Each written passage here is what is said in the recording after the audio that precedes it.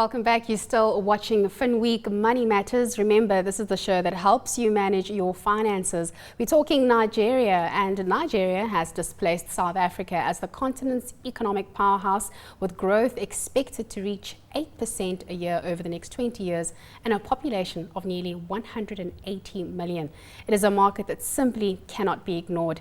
That said, a number of South African companies have lost substantial amounts of money in Nigeria. Examples, Telkom and more recently Tiger Brands. Joining us to discuss the outlook for Nigeria is Dianna Games, Chief Executive at Africa at Work. Well, thank you so much for making the time to join us, Dianna. I was speaking with Dianna just before the break, and we were talking about the African Competitiveness Report. South Africa, surprised to the upside, still sitting in the top 50. I think they came in at 49. Nigeria, on the other hand, and I've asked my colleagues over Nigeria if they were surprised, they came in ranked 124 out of 140 countries. Are you surprised maybe at this ranking? I think it's a little on the low side because there have been quite significant improvements basically through technology and the modernizing of the way companies work in Nigeria.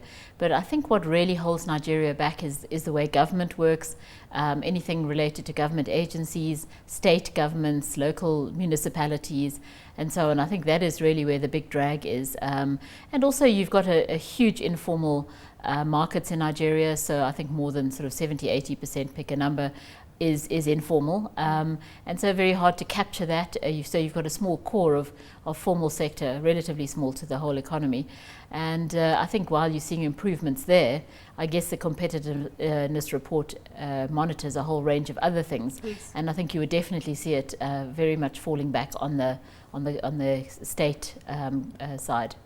A lot has changed in Nigeria over the past decade. I mean, they've overtaken South Africa as the biggest economy on the continent. You've been on the ground and you have an understanding of how this particular country and the market works. What changes have you seen over the past 10 years that definitely say these were big changes for the Nigerian economy? I think there's no doubting the effect that mobile phones have had on that economy. And also technology generally, although that's more recently, it's really sort of coming into its own. There are a number of Nigerian companies that are now, technology companies that are now expanding across borders into East Africa, other parts of West Africa. These are the new kind of Pan-African players I see coming through. Nigeria's really adopted digital everything in a big way, and I think that's really the way a lot of the problems that exist and the dysfunction and the poor structures, if you like, in the Nigerian economy will be addressed through technology, and there'll be that leapfrog effect, I suspect, over time.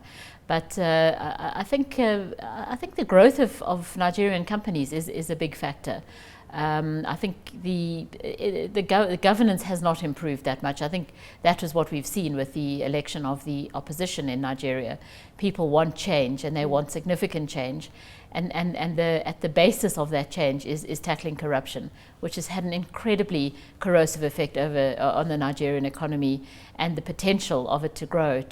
We know it's the biggest economy in Africa, but really that is just one measure, and I think that we're going to see a lot of things changing if the government is able to, the current new government is able to tackle that. I think you will really see Nigeria's potential coming into its own, particularly in areas like the power sector. Mm-hmm.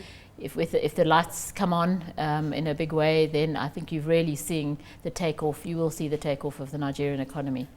Why have we seen a lot of these South African companies struggling in Nigeria? I mean, I mentioned Telkom, Tiger Brands in terms of the Dangote flour mills. They've had issues there, but there are a couple of other ones. Nampak, they've mentioned that they've had issues in the Nigerian space. What is it that South African companies aren't getting right, or what is it about that market that seems to be hard to crack? My view is that South African companies are perhaps not doing their homework properly, and that always sounds like such a simple thing. I think people make decisions based on, I don't know about Tiger Brands, but I think they were expecting a lot of reward, if you like, out of the Dangote name. Dangote is something of a superstar, if you like, in Nigeria. But the business model is significantly different to Tiger Brands and to the more Western model that we have in South Africa. Certainly with Telkom, they went into the wrong, they took bad advice, they went into the wrong technology. didn't understand the market that well. And I think people don't always find ways to tackle the considerable challenges of doing business there, which is what sometimes gives the local companies a competitive advantage, because they understand how to deal with the problems in that market. And the South Africans, many people have succeeded. I think it's unfair to pick, albeit large companies that have failed or have had tough times in Nigeria. But you know, there are many companies who've done well, a lot of them below the radar. So I think it's very much still a market for South African companies to look at. Dianna, there's been some nervousness around emerging markets and frontier markets, but one of the things has been related to the fall in the commodity price, so the price of oil, but also China and those concerns. Given all of these macroeconomic factors, can we still say that the investment case for Nigeria is pretty much still there? I mean, are they still the shining star? If you look at the African investment case, would you not be maybe swayed to put your money elsewhere that may seem a lot safer? At the moment, oil producers are not the flavour of the month, I think for obvious reasons.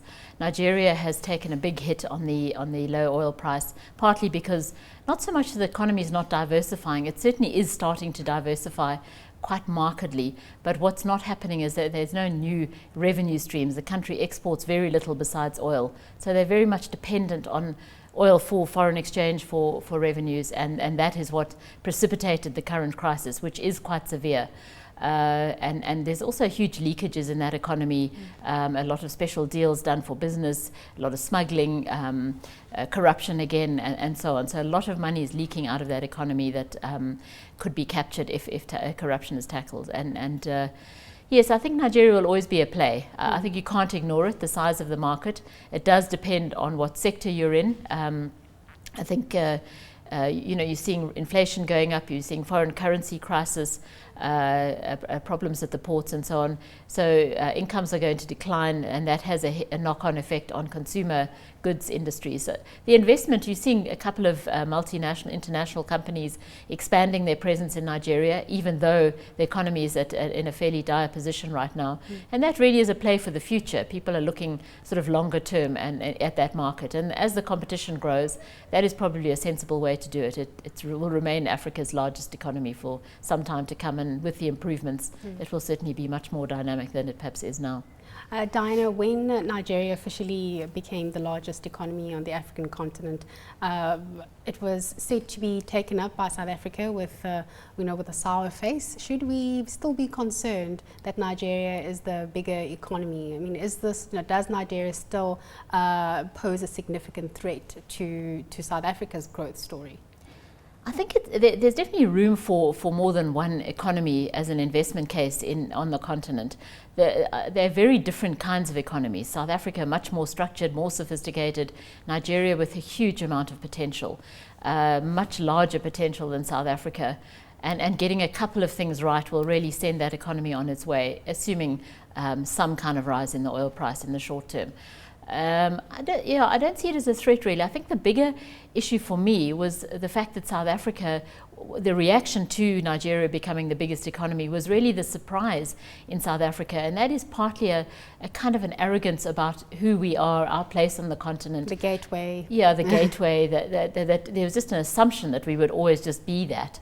And the Nigeria story has shaken up that some of those ideas, and people are having to readjust to the fact that actually there's other big economies starting to really grow, and that will certainly be competition for investment in years to come, particularly because there is so much low-hanging fruit, whereas South Africa really doesn't have as much low-hanging fruit, if you like. I think you're also going to see African investors coming into South Africa, which is at the moment is extremely minimal presence. Dianna, just on a final note there, you speak about other investors coming into different parts of Africa.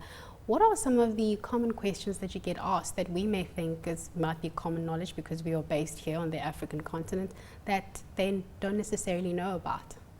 The big issue for people is risk. And when we talk about risk, you're not necessarily talking about security or political turmoil as much as regulatory risk, the failure to anticipate sort of swift changes of policy, pertaining to planning and the future sort of growth of companies, and also whether the playing field is level. If you're a foreigner, are you competing with undisclosed interests from local players who have a hotline to policymakers?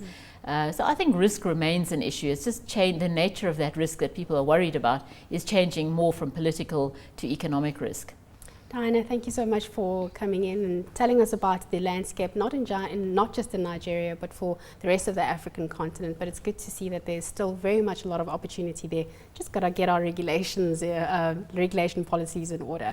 Thanks so much to Dianna Games, and she joined us today telling us about those prospects. Well, that's it for this week's edition of Finweek Money Matters. Remember that you can go and get yourself a copy of the magazine. It is available at your shelves at your nearest store, but also you can get yourself prints of this online. We'll see you again same time next week. Have a fantastic weekend.